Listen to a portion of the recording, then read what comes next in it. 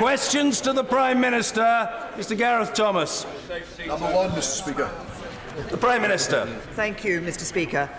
Mr Speaker, tomorrow marks 1 year on from the Grenfell Tower fire.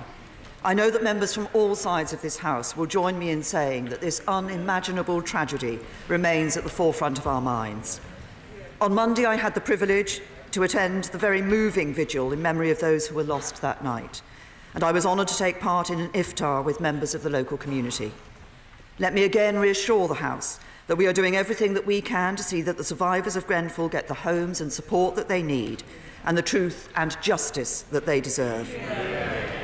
Mr Speaker, I would also like to take this opportunity to wish the England men's football team the very best in the upcoming World Cup. This morning I had meetings with ministerial colleagues and others. In addition to my duties in this House, I shall have further such meetings later today. Gareth Thomas. I, and I'm sure the whole House, will want to join the Prime Minister in her comments about the Grenfell tragedy 12 months ago. And my constituents certainly will want me to echo her good wishes to the England football team. Can I ask the Prime Minister, though, last year the top 5 cooperatives in our country paid more than 4 times the corporation tax of Amazon, Facebook, eBay, Starbucks and E.ON. The Prime Minister, I'm sure, will want to praise the patriotism of those who have signed up to the Fair Tax Mark campaign. But might this not be an opportunity to encourage the Department for Business and the Treasury to take a more proactive and supportive interest in the growth of cooperative and mutual businesses? Prime Minister. Can I thank the honourable gentleman for his comments about his constituency and the support and thoughts that they have for all those who were affected by the Grenfell Tower fire. On the issue of taxation, he may have noticed that actually HMRC has been requiring some of the large companies that he has referenced in his question to pay more tax, and has ensured that we get that tax from them. And of course they look fairly across all types of institution that operate in this country. Mr Mark Harper. Mr Speaker, thank you. One of the key reasons why people voted to leave the European Union was to get back control of immigration policy so that we could welcome people to our country based on their skills and their talents, not based on the country from which they are from. You can't stay in the European Economic Area, which we're debating later today, without continuing with free movement of people. So can I urge the Prime Minister to stick to our policy of leaving the single market, getting back control of our immigration policy, and not listening to the many Labour voices who want to continue with unlimited migration from the European Union? Can I say to my right honourable friend, I absolutely agree with him. The Labour Party used to say that they wanted control of our borders. Now what they want is free movement. We will take back control of our borders. Jeremy Corbyn. Thank you, Mr Speaker. I wish the England team all the best in the tournament in Russia and hope it goes really, really well. This week, Mr Speaker, is an England win. This week is National Carers Week, Mr Speaker, and I want to take this opportunity to pay tribute to those thousands of usually unpaid carers whose commitment to family and friends too often goes unrecognised. Mr Speaker, as the Prime Minister pointed out, tomorrow marks 1 year on the anniversary of the Grenfell Tower fire. I'll be meeting families again tomorrow at their silent march. But the sad truth and reality is that many of them are still waiting for the security of a permanent home 1 year on from that disaster. Mr Speaker, when the Prime Minister met President Donald Trump last week, did she do as the Foreign Secretary suggested and ask him to take over the Brexit negotiations?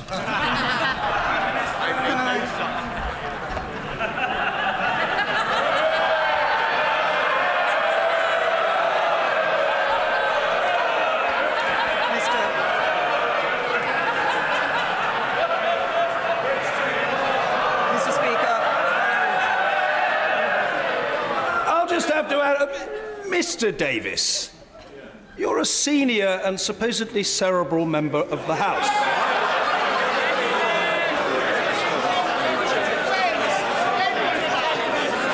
Well, in a leap year anyway. You must attempt to recover your composure, man. I'm worried about you, and I'm worried for you. The Prime Minister. Thank you, Mr. Speaker. On the Brexit negotiations, I might remind the Right Honourable Gentleman, that before December, Labour cast doubt on whether we would get a joint report agreed. We did. Before March, he cast doubt on whether we'd get an implementation period, and we did. But I wanted, Mr. Speaker, if I may, just to respond to the comment that the Right Honourable Gentleman made about the very important subject of providing those who were the victims of the Grenfell Tower fire with permanent homes. Just so that I can make clear to the House, 203 households were in need of a new home. Every household has received an offer of temporary or permanent accommodation. 183 have accepted an offer of a permanent home. But I just wanted to say this, because it isn't just about the buildings. It's not just about the bricks and mortar of a home. People who suffered that night are having to rebuild their lives. Many of them lost somebody, members of their families with whom they had been living and making a home for years. They lost all their possessions. They lost their mementos. They lost anything that reminds them of the person they loved. When they move into that new home, they will be restarting their lives. And I wanted to pay tribute to all the victims of the Grenfell Tower fire for the strength and dignity that they have shown. Corbyn! Mr. Speaker, I too pay tribute to the families for all that they've been through and all the fortitude they've shown. But sadly, the reality is that some of them have still not got a permanent home to move into. It's very important for the mental well-being of everybody to have somewhere they can call home and they know it is their home. Mr. Speaker, last week the Prime Minister confirmed we would leave the European Union in March 2019 and the transition would end in December 2020. But we now know the government is working on the basis that transition could continue for a further year till December 2021. Could you be clearer today? Which December are we talking about?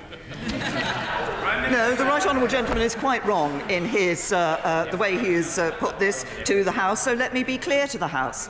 I think what he's trying to talk about is the backstop arrangement that we have agreed. Let's be very clear what this backstop is.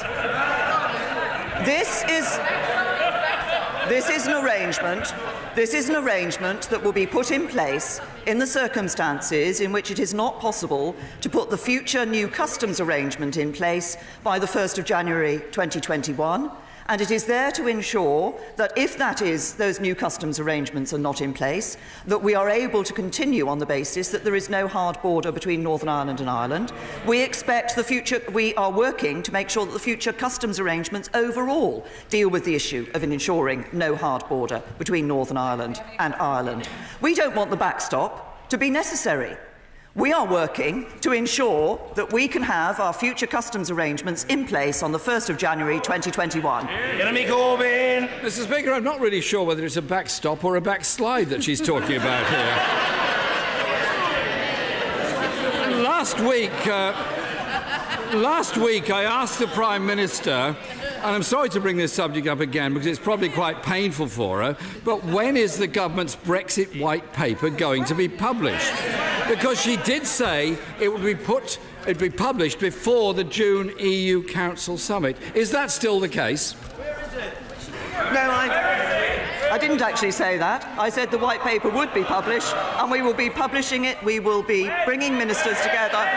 Just calm down. We will be bringing ministers together after the June Council, and the white paper will be published thereafter. Mr. Speaker, it gets ever more confusing because at the weekend the Cabinet Office Secretary told the BBC that it would not now be until July. Can I offer a solution to her? Instead of worrying about this white paper on which the Cabinet would have to agree, how about making it a green paper in which all their disagreements are in the open and we can all make a comment on it? But if the government does not, Mr. Speaker, as looks likely, have its detailed proposals ready for the June summit, surely the Prime Minister can't be going to Brussels without anything to negotiate on. So is she going to seek a delay to that summit while the government decides what its position actually is? Perhaps I could just help the right honourable gentleman. The June European Council is not a summit about the Brexit negotiations. There will be many issues that the European Union leaders will be discussing at the June European Summit, including the important issue of sanctions against Russia. I will be pressing to ensure that we maintain sanctions against Russia because the Minsk agreements have not been put in place, and indeed I think there are some areas where we should be enhancing that sanctions regime. He says that my right honourable friend, the Chancellor of the Duchy of Lancaster, said that the White Paper will be published in July, and that's different from what I've just said. I have to say to him, after the June European Council is July.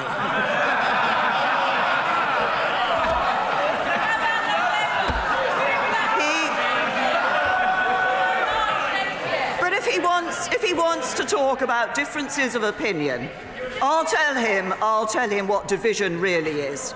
It's Labour members.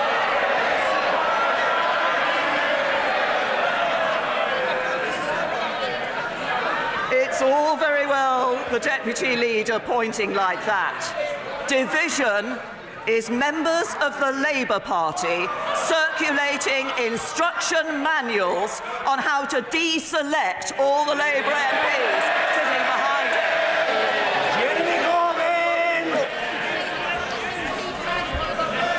Mr. Speaker, you've got to face the fact. You've got to face the fact there may now be a meltdown.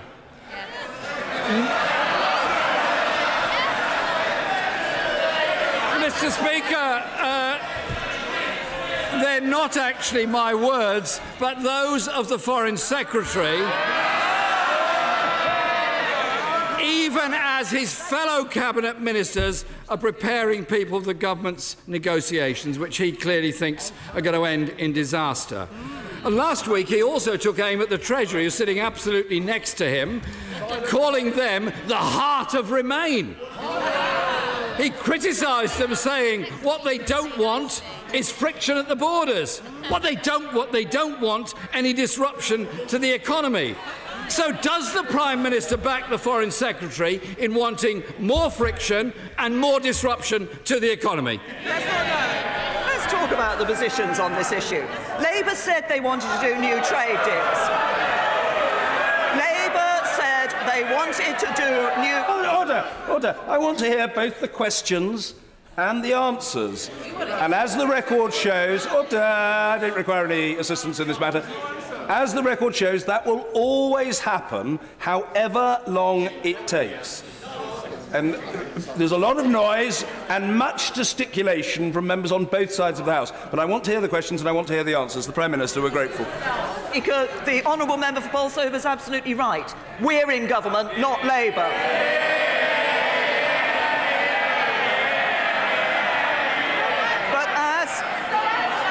And we've set out our position on the border. But what we see is a Labour Party that said it wanted to do trade deals and now wants to be in a customs union that will stop that. They said they wanted to control our borders and now they want free movement. They said they would respect the referendum and now they won't rule out a second referendum. And that's the difference between us. The Conservative Party in government are going to deliver on the will of the British people. Mr. Speaker, in the parallel universe inhabited by the Foreign Secretary, you're apparently not respecting the referendum result unless you want friction at the borders and disruption of the economy. Mr. Speaker, the Cabinet is divided and they're briefing against each other. They're even whispering during Prime Minister's question time. And the Prime Minister has been left with no white paper on which to negotiate. Last week, the transition period was delayed by a year in the space of 24 hours. And yesterday, a deal with her backbenchers was reneged on within hours. Meanwhile, the economy is weakening. Industry is increasingly alarmed at the sheer ineptitude of her government. How much more damage is the Prime Minister going to do to this country before she realises the important thing is to get a deal for the people of this country, not one to appease the clashing giant egos of her cabinet? It's the Labour Party and opposition that are trying to frustrate Brexit. It's the Labour Party that are trying to stop us getting a deal for the British people. This government will deliver on Brexit. This government will deliver a Brexit for jobs. This government will deliver a Brexit that is good for Britain. And if he wants to talk about the economy, the last Labour government left office with 500,000 more people out of work than when they went into office. What's happened under the Conservatives? We have seen nearly 500,000 more people in work just over the last year. That's Conservatives delivering on a Britain that's fit for the future. And I've heard that the Right Honourable Gentleman is trying to organise a music festival, Labour Live.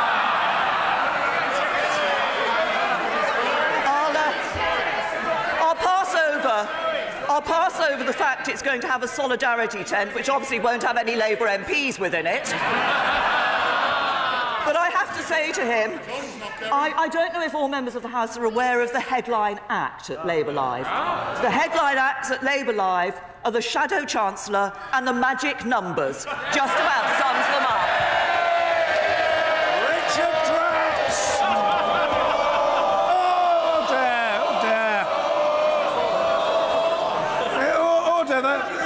Must come to order. We must now hear a most courteous fellow, Richard Drax. Thank you very much, Mr. Speaker. Would my right honourable friend join a growing number of her ministers who are very supportive of our bid for a one-off grant of £18 million to repair Weymouth's harbour walls and improve flood defences? This work, not my wall, Weymouth's harbour wall.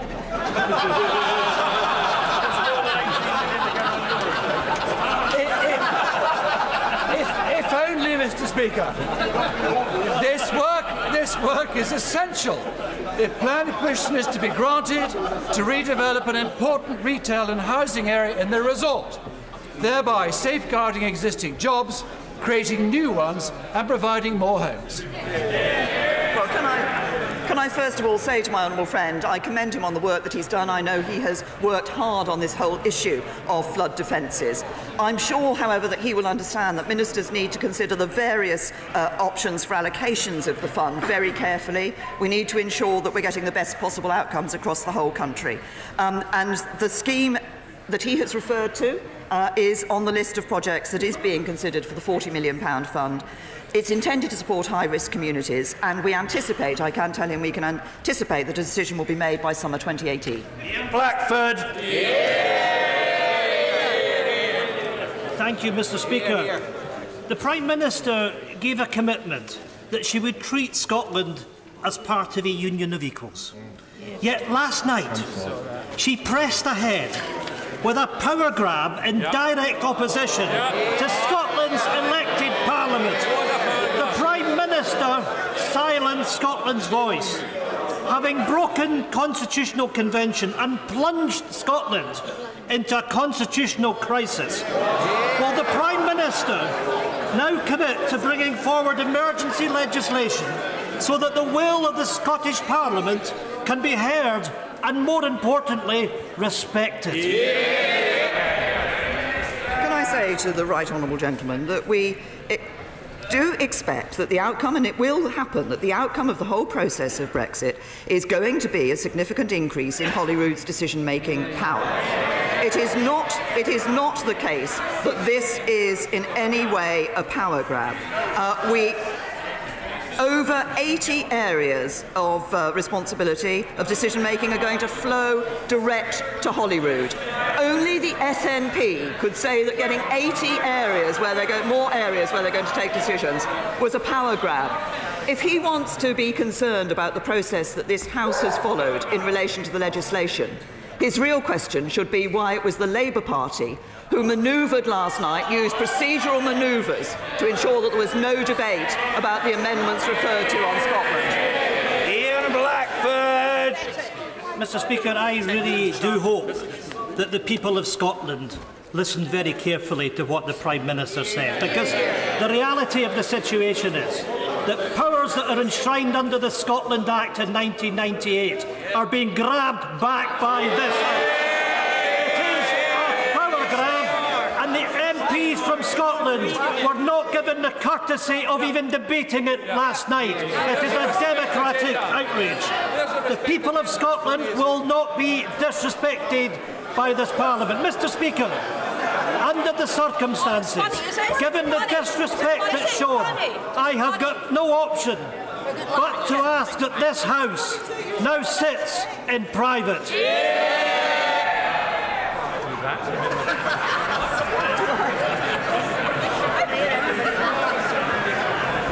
I'm not hearing that at this time, and I'm not obliged to do so, is my clear understanding. Order, the Honourable Gentleman. Order! The Right Honourable Gentleman can resume his seat. I'll happily take advice, but I don't think I'm obliged to hear that at this time.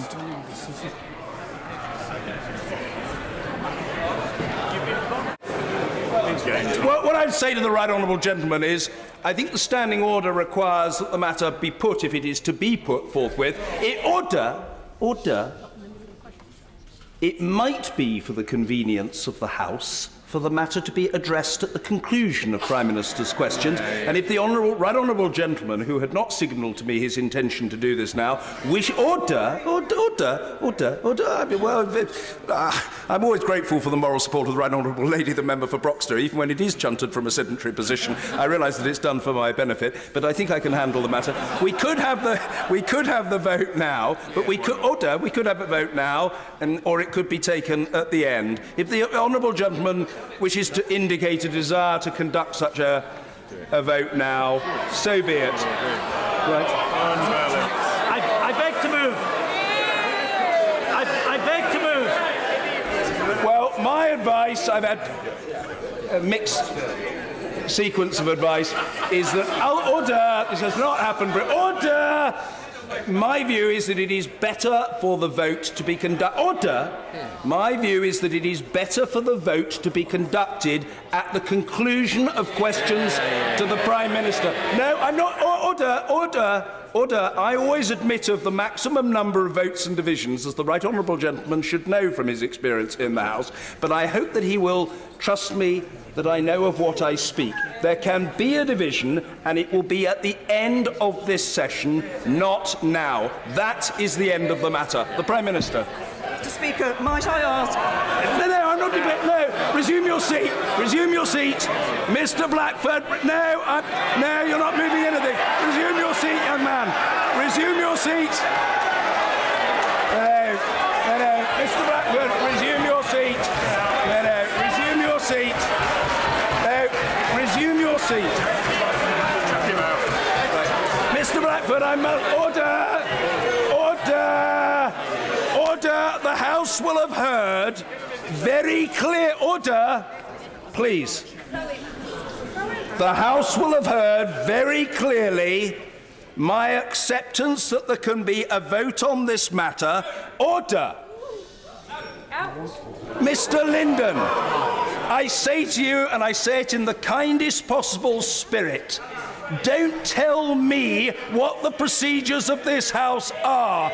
I'm telling you that there can be a vote at the end of this session, and not now. I'm not going to... No, Mr. Blackford, order! Under the... Trying to get under the... Just into the draw. Order! Resume your seat, Mr. Blackford. Under the power given to me by Standing Order number 43, in light of the persistent and repeated refusal of the Right Honourable Gentleman to resume his seat when so instructed, I order the Right Honourable Gentleman to withdraw immediately from the House for order for the remainder of this day's sitting. He is so in... Right, he won't. Right, well, we'll have to have the vote.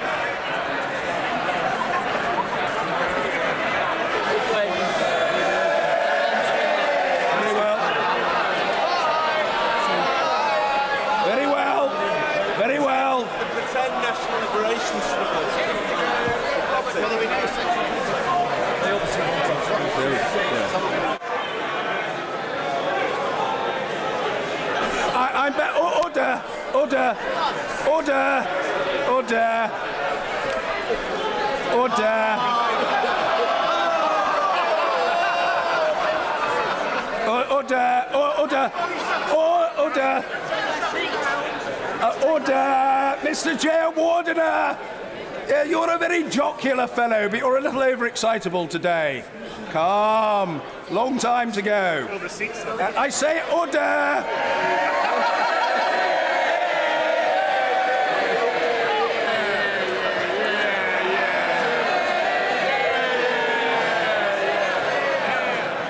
I say only to the House, order! I say only to the House, what a pity, because there are Scottish National Party members of Parliament who had questions on the order paper. And as colleagues know, I always like to get to the end of the order paper. They would have had their chance, and they've lost that chance by their own choice. Mr. Luke Hall. Thank you, Mr. Speaker. With the amount of people leaving, it feels like one of my after-dinner speeches.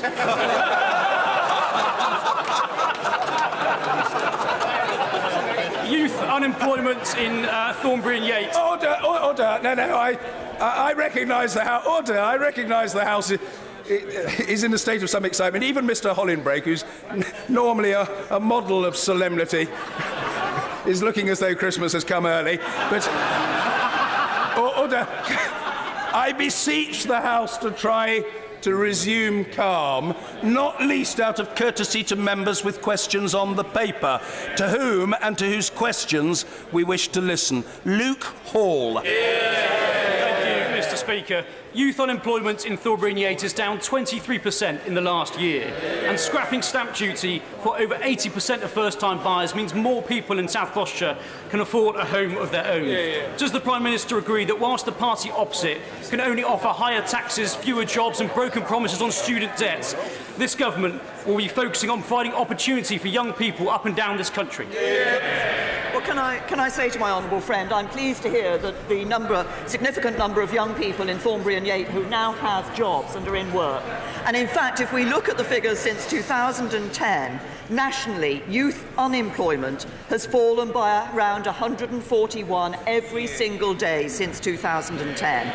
But he's absolutely right. It's not just about ensuring young people are in jobs. It's helping them get on the housing ladder and get that home of their own. That's why we're building more homes, and that's why that cut in stamp duty has been so good for young people, enabling them to be in work and enabling them to have their own home.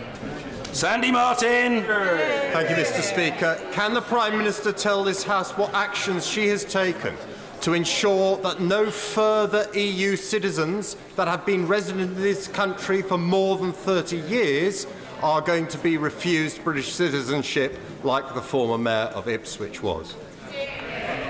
Can I say to the honourable gentleman, I'm not aware of the particular circumstances of the former Mayor of Ipswich.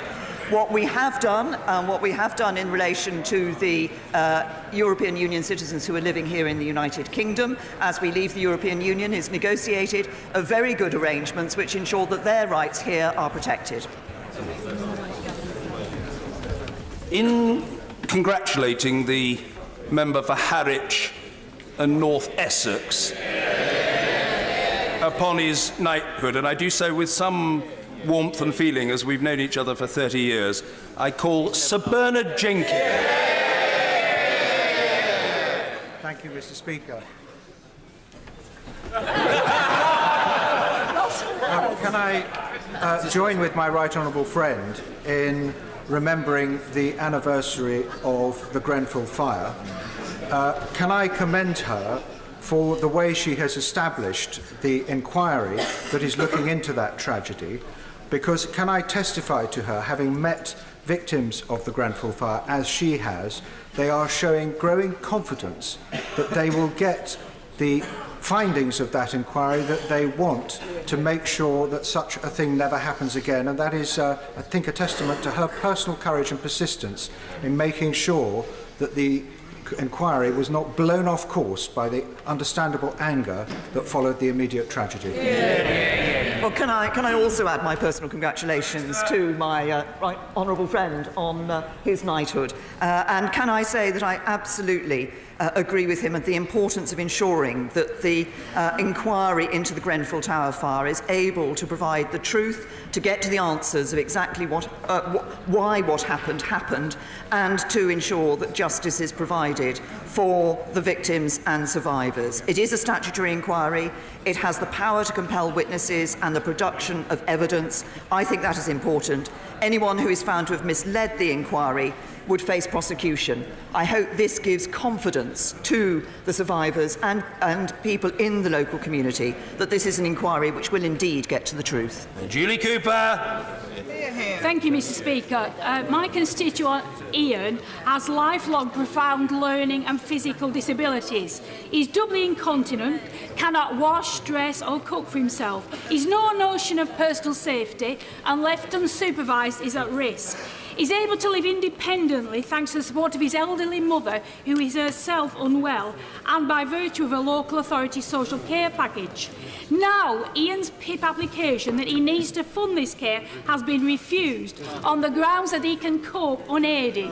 Does the Prime Minister agree with me? There is something very wrong with a system that punishes citizens whose only crime is to be born disabled.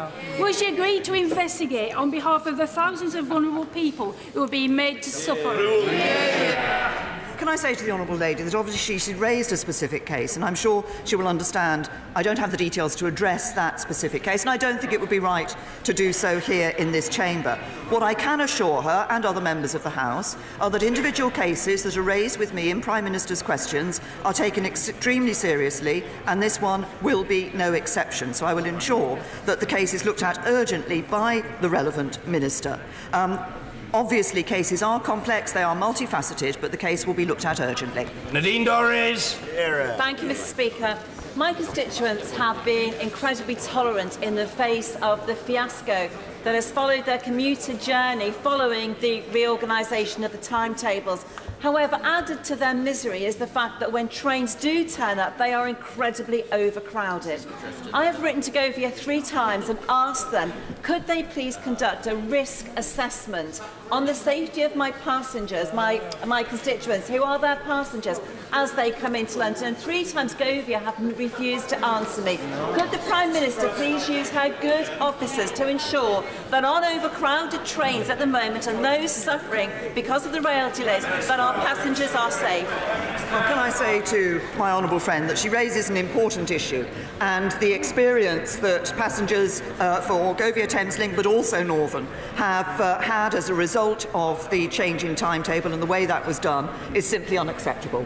And it is important that they improve the services. They have plans in place. I think Govia Thameslink, for example, are introducing a new timetable that is better than the pre-May timetable, which will have 200 more planned journeys. But of course, passengers need to know, passengers want to feel that they're able to travel in trains that aren't too crowded. And certainly this is an issue that I'm sure that Govia Thameslink will be looking at very seriously. We are working, the Department of Transport is working with the company and Northern to ensure that we can provide the services that people deserve. They pay for a ticket, they book a ticket, they pay for a season ticket, they deserve to have a decent journey. Thank you, Mr. Speaker. The average length of time that a Stroud constituent has to wait to go to the Gloucester and Cheltenham Centre for a PIP appeal is now 41 weeks. It's 31 weeks for an ESA appeal.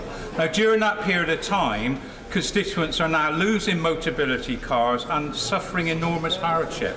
Will the Prime Minister promise to get a grip of this and to make sure that this hardship is not endured any longer? Very good question. That, of course, it's important that people are able to have their appeals heard in a timely fashion. And my right honourable friend, the Work and Pensions Secretary, is looking at exactly this issue to see what can be done in the tribunal system to ensure that people get a more timely result. Mr. John Whittingdale. Will my right honourable friend join me in welcoming the Speaker of the Ukrainian Parliament, Mr. Andrei Parubi, to Westminster, although I suspect he is utterly mystified by the events 10 minutes ago, will she take this opportunity to reaffirm the support of the UK for Ukraine, which is in the front line against Russian aggression? And does she share the concern of Ukraine, as well as Lithuania and Poland, about the strategic threat of the Nord Stream 2 Russian gas pipeline? Well, can I say to my right honourable friend that I'm very happy to reaffirm the United Kingdom's commitment and support for the Ukraine. I was very pleased only a matter of a few weeks ago to be able to have a further conversation with President Poroshenko about the support that we are able to give to the Ukraine, the work we're doing with Ukraine in the reforms that are being put through, but also, as I mentioned earlier in response to a previous question, I think it's important that the European Union maintains the sanctions on Russia because Minsk agreements have not been put in place and fully implemented, and I think we continue to need to show the Russians that we do not accept what they have done in the Ukraine. Stevens. Thank you, Mr. Speaker. It's almost a year since the government promised its domestic violence and abuse bill, and publication of that bill will trigger a cross-party amendment with widespread support to decriminalise abortion across the whole of the UK, which is long overdue. Will the bill be published before the summer recess, and will the Prime Minister give a commitment today on the floor of the House that her MPs will have a free vote on decriminalisation? First of all, the Honourable Lady's raised a number of aspects of this issue. The first one I would say is that the reason that the Domestic Violence and Abuse Bill will be published in draft first, but we have been taking our time through the consultation to work with those who are involved in working with the victims of domestic violence and abuse, to hear from the victims and survivors of domestic violence and abuse, because we want to make sure that as we bring this legislation together in this new bill, we are getting it right for people. Now, she refers to the issue of abortion. I believe that it is absolutely right that a woman should have the right to a safe and legal abortion. As regards Northern Ireland, I believe it is the best way, and my preferred way is for that decision to be taken by the elected politicians in Northern Ireland, because it is a devolved matter. As regards votes on abortion in this House, they have always been treated as conscience matters, and therefore they will be subject to a free vote. Julia Lopez. NICE decides whether to fund new treatments for neuroblastoma, a vicious childhood cancer which is affecting my constituent Ida Caton. Will the Prime Minister encourage NICE and drugs companies to do a deal to provide new treatments for children in Britain instead of families fundraising to receive such treatments in America?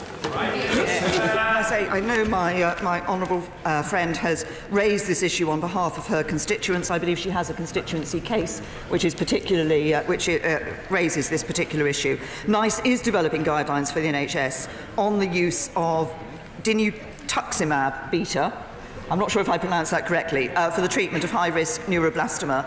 And it's not been able to recommend the drug as a clinically and cost-effective use of resources in its draft guidance, but it has consulted stakeholders on its draft recommendations. It is an ongoing NICE appraisal. It is not for government to intervene in that, but they will take all the comments that are made very obviously into account when they're making their final guidance. And I think the manufacturer of the drug is currently making the drug available to some NHS patients through a compassionate use scheme, and has agreed to continue the scheme for patients who are currently receiving treatment. Brendan O'Hara. Mr. Jacob Rees-Mogg.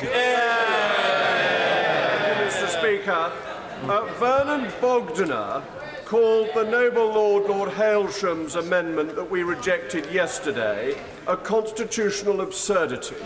Whilst it is essential that this House holds the government to account and has meaningful votes on many things, does my right honourable friend agree that it is absolutely essential that the separation of powers is observed, and that in any compromise amendment it is clear that the job of the government and the job of Parliament is different? Well, can I say to my honourable friend that I'm happy to be clear about this situation.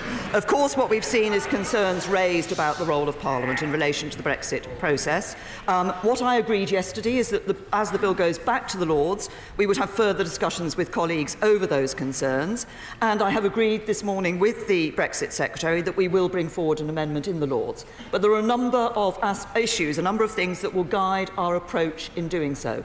My honourable friend is absolutely right about the separation of powers and the different role between the government and Parliament. As my right honourable friend, the Brexit Secretary, made clear yesterday in the House, a government's hand in negotiations cannot be tied by Parliament.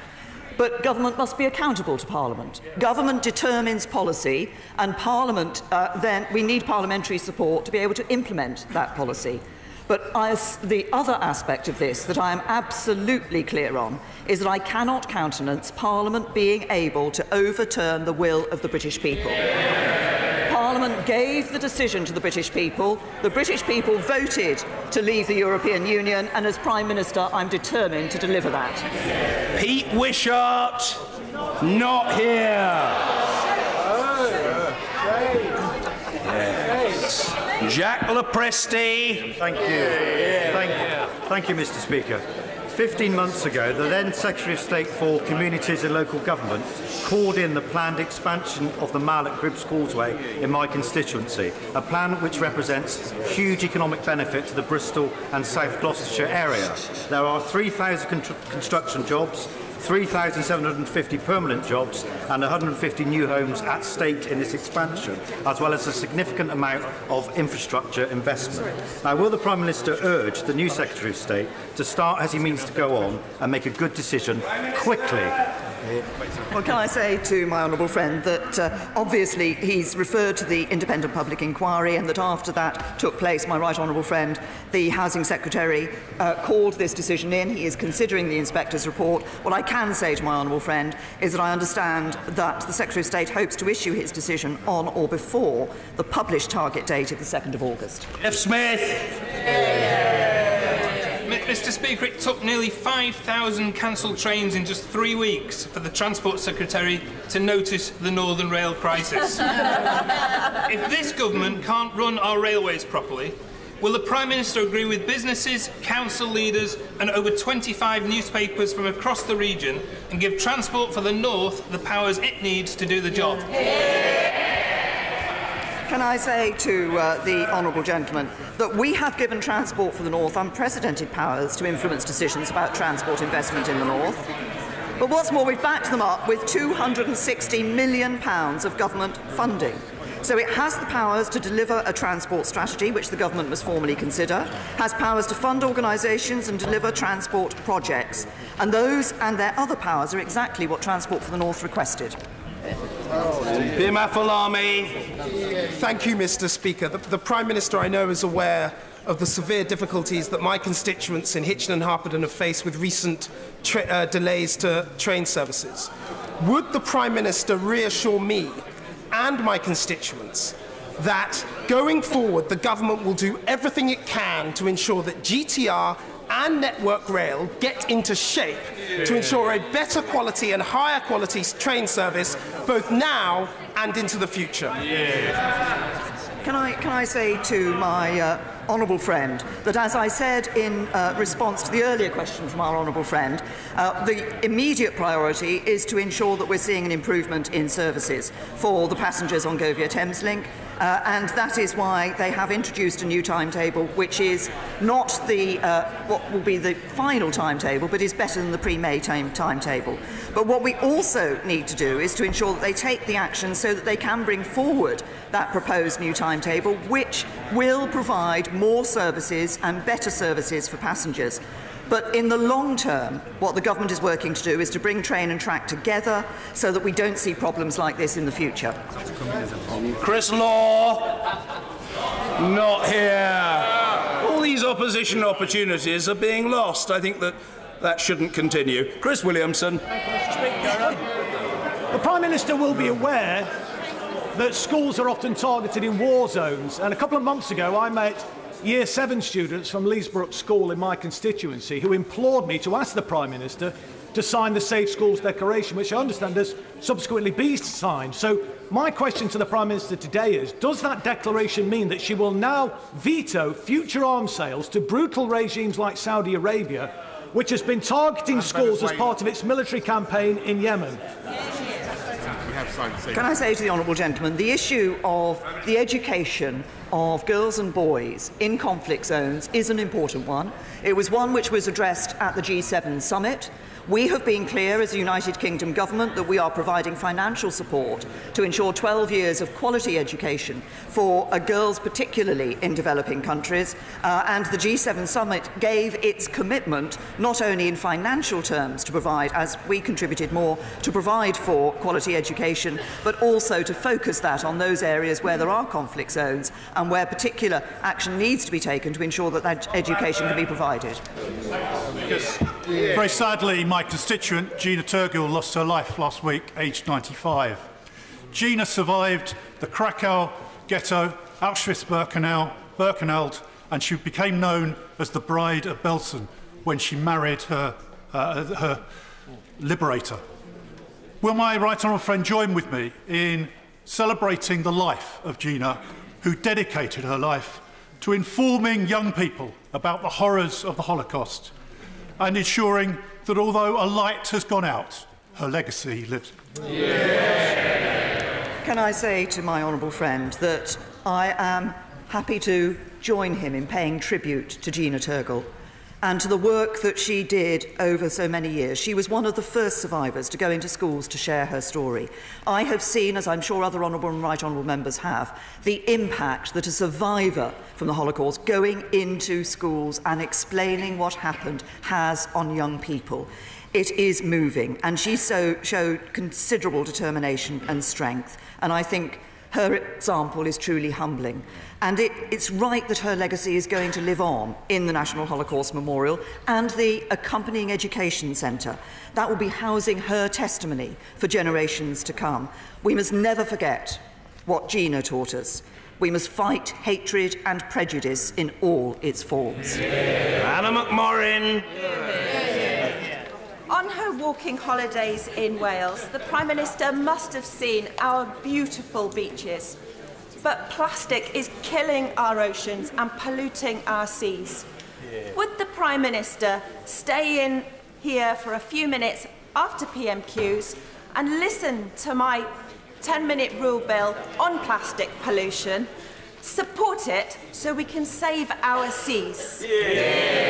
Can I say to the honourable lady, when I go walking in Wales, I tend to walk up and down hills rather than on the beaches, but I know that Wales has some fantastic beaches, and she's raised a very important issue about the plastic.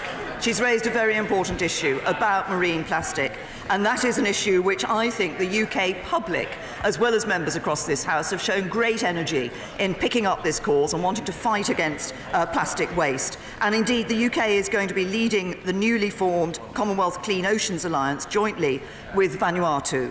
And we're committing £61 million to fund global research and improve waste management in developing countries to tackle plastic pollution. This again was another issue that we took forward in the G7 summit as well, and got commitments in relation to dealing with plastic waste in that. And can I just say to the honourable lady, with the greatest of respect, I'm sorry, I think my diary has already been slightly changed as a result of what has been happening in the chamber today, and I will not be able to, I regret, I won't be able to sit and listen to her bill. Mr. Philip Davis. Does the Prime Minister agree with me that those people who want to have a meaningful vote in this House, which would allow this House to vote to stay in the European Union, would be betraying the result of the referendum and show how much the Labour Party have lost touch with working class people up and down this country? And would she further agree that those people who want to take no deal from the government's negotiating hand would only incentivise the European Union not to negotiate at all in any meaningful way, and betray not only the result of the referendum but betray the best interests of the British people? Can I say to my honourable friend, as we go ahead with these Brexit negotiations, we are, of course, ensuring that we're making preparations for all eventualities. That is entirely right and proper for the government to do. But as I set out in response to our honourable friend earlier, what I'm also clear about is that Parliament not be allowed. I cannot countenance Parliament overturning the will of the British people. The British people were given the vote, given the choice as to whether to stay in the European Union. This Parliament gave that choice to them overwhelmingly by the vote in this Parliament. It is right that we listen to the British people and we deliver what they asked us to do, which is to leave the European Union. Angela Crawley, not here. Chris Evans. For numbers of years, we used to hold a commemorative march for test veterans to commemorate their service to our country. Last week, they were in the House of Commons campaigning for a medal for their service. Will the Prime Minister look at their campaign with a view to giving them a medal for their service they give to this country? Yeah. Well, can I say to the honourable gentleman, this is, I think, the first time that the issue he's raised with me has been raised with me, and I'll look carefully at what he's said in the House. Giles Watling. Thank you, Mr. Speaker. As the father of twin girls who, happily growing up in Clacton, enjoyed a very equal upbringing and education, I celebrate the announcement of the G7 supporting girls' education. Will my right honourable friend agree with me that we should support equality for women across the globe? Yes, I'm very happy. I'm very happy to join my honourable friend in agreeing with that and in saying that there are many ways in which we can express that and put that into practice, not just in supporting girls' education, but the work in which we're doing on modern slavery, which does affect men as well as women, but we see many women from around the globe being trafficked into other countries for sexual or labour exploitation, and we are leading the fight to ensure that they have equality and are not put into that position. Alison Thulis. Not here. Tom Brake. Not here.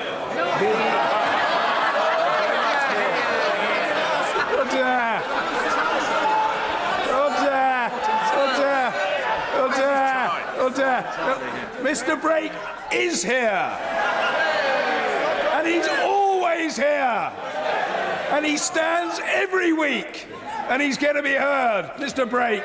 Thank you, Mr. Speaker. The President of the CBI said today that sections of the UK car industry face extinction unless the UK stays in the EU customs union. Is there any level of damage inflicted by Brexit that will cause the Prime Minister to consider supporting a final say on the deal for the people and a chance to exit from a disastrous Brexit, something I could also put to the Leader of the Opposition? Can I say to the right honourable gentleman that, as I've said many times in this House, we are looking to ensure that the future customs arrangement we have with the European Union enables us to have as frictionless trade with the European Union as possible, no hard border between Northern Ireland and Ireland, but also enables us to have an independent trade policy and negotiate trade deals around the world. I've been clear in a number of answers in this House this afternoon that I and this government will deliver on the vote of the British people to leave the European Union. And I seem to remember that there was a time when the Liberal Democrat Party thought the people should have the choice. Finally for today, Mr. Ian Stewart. Thank you, Mr. Speaker. Today marks the Princess Diana Award Stand Up to School Bullies Day. While much progress has been made, too many young people take their own lives as a result of bullying in schools. Will the Prime Minister congratulate the people at the Diana Awards for their work and recommit her government to tackling this scourge? Can I thank my honourable friend for raising this? Can I say I'm very happy to join with him in congratulating the work of all those involved in the Diana Award and to say that this is a really important issue that he has raised. We have made progress, but as he has pointed out, too many young people are bullied in schools, and sadly that sometimes has tragic consequences. We are providing funding, £1.7 million over the next 2 years for 4 anti-bullying organisations, one of which is the Diana Award. But more does need to be done, as he says, and we will continue to press hard on this issue and to work hard to eliminate this bullying. I must just say